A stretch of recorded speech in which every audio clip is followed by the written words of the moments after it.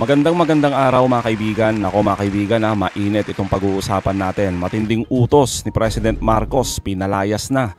Henry Alcantara magpapasko sa bilibid. Panawagan na i-abolish na ang DPWH. At Duterte sa Senado binira matapos ugat pala ng flood scam sa panahon ng kanilang among Duterte.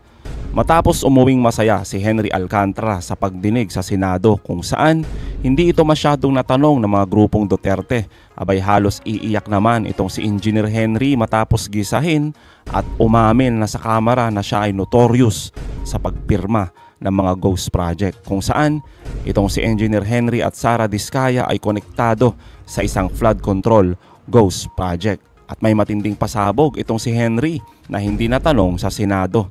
Nako, abangan nyo po yan. Yan ang pag-uusapan natin. Pero bagong lahat, pakilike po muna ating video, pakishare na din po, subscribe na po kayo sa ating channel. Unahin na po muna natin ito mga kaibigan. Nabulaga ang mga senador ng bulat-latin ng higit sa 881 billion pesos na inilaang pondo para sa DPWH sa 2026. Sa pagsisiyasat ni Senate Finance Committee Chairperson Win Gatchalian, 6 na red flag sa panukalang 2026 budget ang kanyang napansin. Kabilang dito ang mga infra project na walang nakalagay na station number at pawang pangalan lang ng lugar. Pangalawa, ang duplicate projects. Pangatlo, ang mga proyekto sa iisang lugar pero may iba't ibang package o phase. Pang-apat, ang mga infra project na pare-pareho ang halaga ng inilaang budget or round amounts. Pang-lima, yung mga may nakalagay na code names habang yung iba ay wala. At pang-anim ay ang mga proyektong nilagyan ng budget ngayong 2025 pero naulit na naman sa 2026. Ang kapal ng mukha, no? Tapos hihirit ng 881 billion pesos na pondo. Para saan? Ibubulsa. Nahalukay naman ni Senator Ping Lacson ang higit 500 items sa DPWH budget sa susunod na taon para sa Metro Manila, Regions 1 and 2 at 3 na tig 100 million at 150 million pesos ang budget bawat isa. Paliwanag ni Secretary Arsenio Balisaca ng Department of Economy, Planning and Development, ang mga proyekto na hindi lalagpas sa 150 million pesos ang budget ay direkta na sa mga district engineer at hindi na dadaan sa pagsala ng Regional Development Council pagdating sa pagbibid ng mga proyekto. Sinasadya na hindi lumampas ng 150 million. No, so they're gaming the system, in other words. It looks, Mr. Chair. Correct. So please take a look at that, because if they're gaming the system, then obviously corruption will happen. Maybe it's good, maybe it's not. Kasi kung mga flood control na nasa Bulacan First Engineering District, mas maganda na nga wag niyo i-release to. Tama mga kaibigan, no? Kahit na siguro kailangan ng pondo ng mga kababayan natin dyan sa Bulacan, wag muna. Kung ganito lang naman yung mga katulad ni Henry, yung magiging district engineer nyo dyan, talagang wala hong mangyayari. Kitang-kita naman mga kaibigan, di ba? Yung mga kabalbalan ng mga ito. Kaya dapat lang talaga, sampulan talaga yung mga ito lalo na itong si Henry, para hindi pa marisan mga kaibigan. Pagtitiyak ng DBM, nakipag-ugnayan na sa kanila si Secretary Vince Dizon na binubusisi ngayon ang budget ng DPWH. Nice. At inaasahang magsusumiti ng erata sa Kamara para sa House-approved version ng General Appropriations Bill na isusumiti sa Senado ay red flag free na. Yan mga kaibigan, kasi nga naman yung ginawang pondo sa panahon ni Bunuan, di ba? Pero buti na lang talaga nag-resign na to. Mantakan nyo mga kaibigan, hihirit pa talaga ng 881 billion pondo.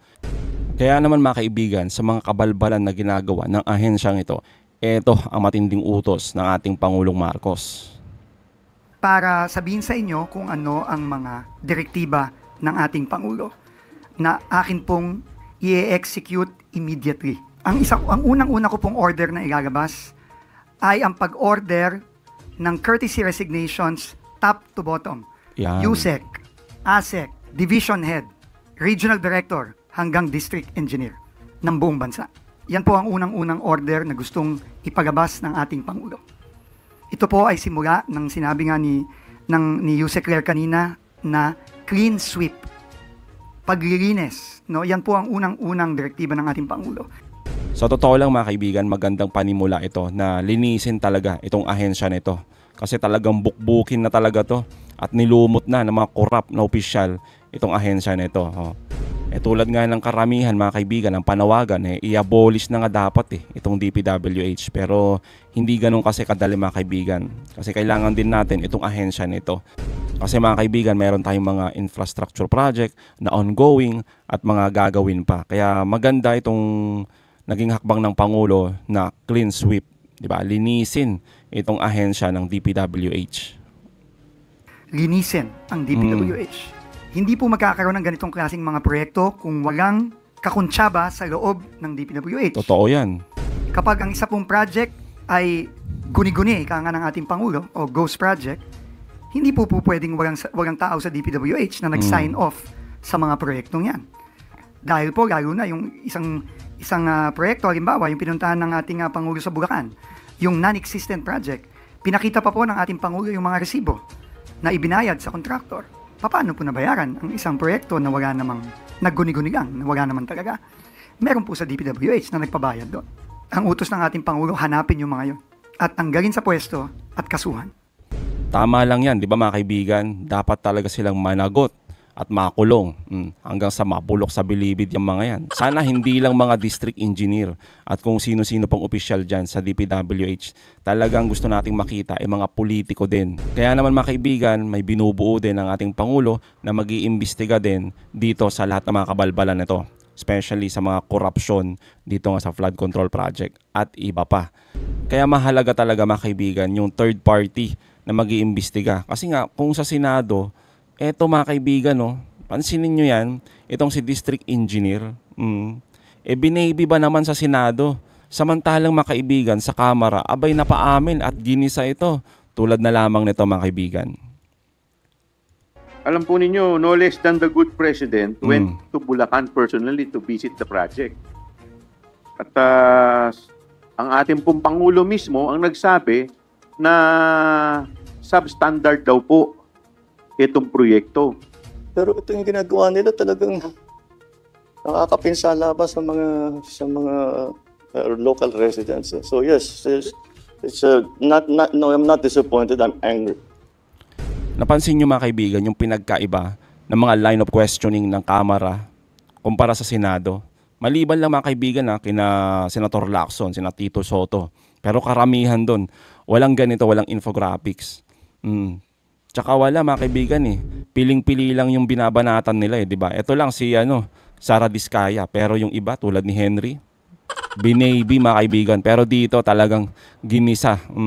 Halos iiyak na to Ano pong comment po ninyo dyan, Engineer? Yes, tama naman po ang Pangulo. It's really disappointing. At ako rin po mismo, bilang district engineer, I was really surprised. Kapatid po kayo, nagalit din. Yes, sir.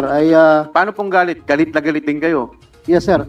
May pakikita po ko sa inyo, isa pong yung contract agreement po. Ito po. Between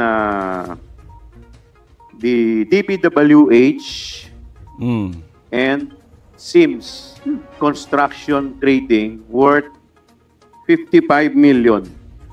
55,730,000. At yung po sa baba, mayroon po nakapirma dito in the name of Henry Alcantara. Sino po tong Henry Alcantara na nakapirma po dito? Ako po, Your Honor. Okay. Pirma po ba ninyo ito? Would you confirm that this is your signature? I think yes, Your Honor. Okay. So, nung time na, ito yung pinakita po natin kanina, ito po ba yung project na, yung kung saan galit na galit si Presidente, at kayo rin mismo galit na galit, sabi ninyo? Yes, Your Honor. Okay. So, ito po yung kontrata nun. Tama po ba? Yes, Your Honor. No choice na mga kaibigan itong si Henry, talagang kailangan niya ng umamin. Wala na May mga ebidensya na sinampal na sa pagmumukha niya di ba? Ghost project mga kaibigan, pinuntahan ng Pangulo. Wala ni kahit anuman na flood control sa lugar na yan. Tapos pinirmahan, completed. Tapos nung tanungin mga kaibigan kung pinuntahan niya ba, hindi daw mga kaibigan. Basta pirma lang siya ng pirma.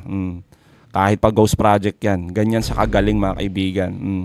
Kaya dapat lang sa'yo mabulok sa kulungan. Isama mo yung amo mo sana dyan sa Senado. Po ninyo, galit na galit kayo. In fact, hindi nyo kalahati lang sa inyo. Tama po ba? Yes, Your Honor. Okay. At pwede pong next slide. Ito po yung Bulusan Kalumpit. Ito matindi Pamilyar rin po to. ba kayo dun sa project na yan? I think it's in Kalumpit, Your Honor. Kalumpit. Tama po kayo. It is worth 96.4 million river protection structure in Bulusan, Kalumpit, Bulacan. So, ito po yung contract agreement po. May pakikita po ko sa inyo yung contract agreement. Ayan po, yung contract agreement between the DPWH, duly represented by Henry Alcantara, and St. Timothy Construction Corporation. Yan yun mga kaibigan, pagmamay-ari ng mga diskaya. Pinirmahan na naman ng napakawalang hiyang Henry Alcantara na to mga kaibigan. Ang isang ghost project. Doon po sa next page, may pangalan na naman po muli na Henry Alcantara at sa ibabaw po nun may pirma. Do you confirm that this is your signature? Yes, Your Honor. Thank you. Nakakadismaya mga kaibigan at nakakagalit itong mga galawan ni Engineer Henry Alcantara. Talaga dapat sa'yo, mabulok ka talaga sa kulungan no? Sabi ko nga mga kaibigan, isama mo yung mga amo mo. Sana mapanagot din. Kung sino man yung mga yan, kung congressman man yan or senador, dapat lang isama sa'yo Kalad ka rin papuntang bilibid Mantakin nyo mga kaibigan, pirma lang ng pirma. Kahit na ghost project na yan, pirma pa rin. Tiwala Tiwala daw. O baka naman tinapalan ka talaga. Yun lang yun. Tapos mga kaibigan, matindi rin itong pag-amin ni Henry Alcantara. At itunuturo niya itong si Villar at Duterte na dito talaga siya nagsimula. Pero mga kaibigan, panoorin nyo to kung saan meron siyang sinasabi dito na sa tingin ko ay pare-pareho tayo na hindi naniniwala. Eto yon mga kaibigan. Yung iba ay hindi mo na talaga pinag-aaralan. Pinag-aaralan lang po, but sabi ko nga po, Your Honor, I base my signature on the reports and signature. Kanina, binanggit mo rin na District Engineer Alcantara na yun ang kakulangan mo. Ano yung kakulangan mo? Pakipaliwanag mo nga sa amin, ano yung kakulangan mo? Ang binabanggit ko pong kakulangan ko, ay yung kakulangan kong puntahan po yung project dahil nag-rely lang po ako dun sa mga nakapirma pong mga tauhan ko. Hindi lang kakulangan yan, malaking kakulangan yan, hindi mo napupuntahan. Sapagkat mandato mo rin na-monitor yan Tama? Yes, Your Honor. Hindi mo napupuntahan dahil may tiwala ka, correct? Yes, Your Honor. Ito, tinan nyo Siguro mga kaibigan, kulang pa yung mga naibulsa ni engineer. Oo. Ayan. Ibig sabihin, kung ilang mga proyekto hindi mo napupuntahan, wala ka napupuntahan proyekto. Binanggit po kanina, meron naman po akong napupuntahan. Kanina, binanggit yung mga proyekto mo na hindi pa tapos Ibig sabihin, lahat ng mga proyektong sinabi ng ating Pangulo na hindi pa sinimulan pero nakalagay completed na, hindi pa tapos pero nakalagay completed na, kasalanan yan ng district engineer. Tama ba ako? Mali. Yes, Your Honor. Yun pala naman dapat talaga kasuhan ka. Tama? Tama ba ako mali? Yes, Your Honor. Yun. Ngayon, teka, ikaw ba, sabi dito, you rose from the rank, di ba? Yes, Your Honor. Kailan ka nagsimula sa DPWA? 1994 po, Your Honor. 1994. Kailan ka naging district engineer? 2019, Your Honor. 2019 ka naging district engineer. Yes, Your Honor. Sino ang nag-assign sa'yo to be a district engineer? The former Secretary Mark Villar, Your Honor. Secretary Mark Villar. Yes, Your Honor. Ano pong ibig sabihin nun? Malakas ka ba kay Secretary Mark Villar o ikaw lamang ay tamang tao na ilagay dyan? Nag-apply lang po ako, Your Honor, that time. Nag-apply ka? Yes, Your Honor. Yun lang. Chairman, gusto kong bigyan linaw dito, no? Mr. Chair. Alam nyo, mayroong mga tanong pa. Mamaya na lang siguro. Mr. Chair. Tahimik lang talaga, mga kaibigan, si Mark Villar. 2019, panahon ni Digong, mga kaibigan. Ang galing talaga, Grabe, mga kaibigan, Kung papansin ninyo, umarangkada lahat itong mga karera nila, na maging bilyonaryo. Itong mga katulad ni Sara Diskaya, ni District Engineer, na talaga naman lakas mag-flex. Tapos yung iba pang mga congressman dyan at yung mga nepo babies nila, di ba? Panahon mismo, mga kaibigan, ni Duterte. Mr. Chair, Congressman Akot. Thank you, Mr. Chair. This is in connection with the questioning of the Chairman Chua. 2019 ka naging district engineer. Yes po, Your Honor. Itong mga projects na ito, which are questionable, nangyari noong anong taon? Yung pong PLI, I think 2025 po yung tanda ko po. At yung binabanggit po na Pangulo ay 2020, I think 2022 or 23 po yata.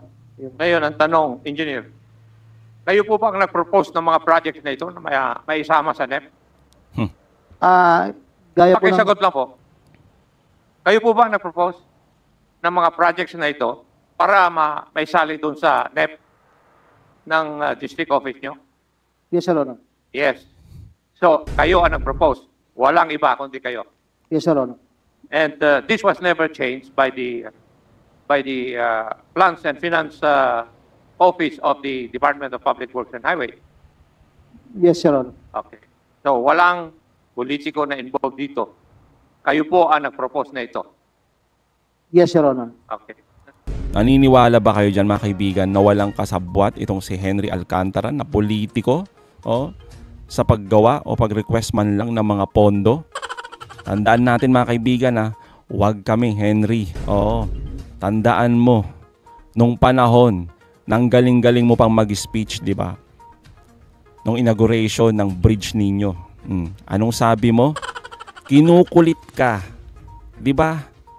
Kung meron pa pang pondo, yung mga proyekto ninyo. Nino, ng napakagaling na Pastor Joel Villanueva. Kaya wag kami. Tapos sasabihin mo lang sa amin. Tapos sasabihin mo wala kang kasabwat. Nako, wag kami, Henry. Very clear. Now, kayo po ang boss ng DEO, right? Pardon, Your Honor. Kayo po ang pinakamataas sa Yes, Your district. Honor. Okay. Opo. And therefore, you're responsible sa lahat po na hindi mangyayari o mangyayari na masama. Kayo po, di ba? Kasi kayo ang boss eh. Yes, Your Honor. And therefore, kayo po ang may responsibilidad lahat ng katarantaduhan na nangyari doon. Yes, Your Honor. Okay. Thank you, Mr. Chair. Very clear. We're just stating the order, Mr. Chair. May I just be clarified? Engineer Alcantara, you were promoted as district engineer in 2019. Yes, Your Honor. Who appointed you? Secretary Mark Villar. Yes, Your Honor. So it was the Former secretary, and that was from the previous administration, the former president. Yes, Your Honor. Yun lang, mga kaibigan, di ba? Simpleng-simple yung mga tanungan, pero andun na punto per punto. Di ba, mga kaibigan? Hindi tulad sa Senado, sabi ko nga, tulad ng pagtatanong nila Jinggoy, nila Marcoleta, nila Joel, talagang nakita natin kung paano binaby itong si Henry Alcantara. Yung line of questioning nila kay Sara Diskaya, malayong malayo, mga kaibigan, dito kay Henry, di ba? Samantalang, mga kaibigan, isa din naman tong si Henry Alcantara, yung mga luxury na gamit niya. Matindi rin, mga kaibigan, bakit hindi natanong? Kahit magtanong man sana sina Senador Soto, Senador Risa, limitado yung oras nila sa pagtatanong. Tapos, every time naman na tinatanong nila kung ano yung connection nila sa mga Duterte at sa mga alipores niya, tulad ni Joel Villanueva, abay hinaharang naman ni Marcoleta. Tapos sa Senado, hindi na pag-usapan kung saan nag-ugat yung mga budget insertion, pero sa Kamara, eto, mga kaibigan, nalaman lahat natin na itong mga flood control scam na to ay nag-ugat pa sa panahon ni Duterte. Pero, mga kaibigan, again, kahit ganito kaganda, kasolid yung mga tanong ng mga taga-Kamara, hindi ibig sabihin na absuelto din sila sa mga kabalbalan patungkol sa flood control project, dahil meron din mga congressman talaga na dapat managot at wag din nilang pagtakpan ito. Kaya, mga kaibigan, anong masasabi nyo patungkol dito? Comment down below. Again, mga kaibigan, huwag nyo kalimutan i-like at i-share yung mga videos. Hanggang sa muli, kita-kita ulit tayo, mga kaibigan.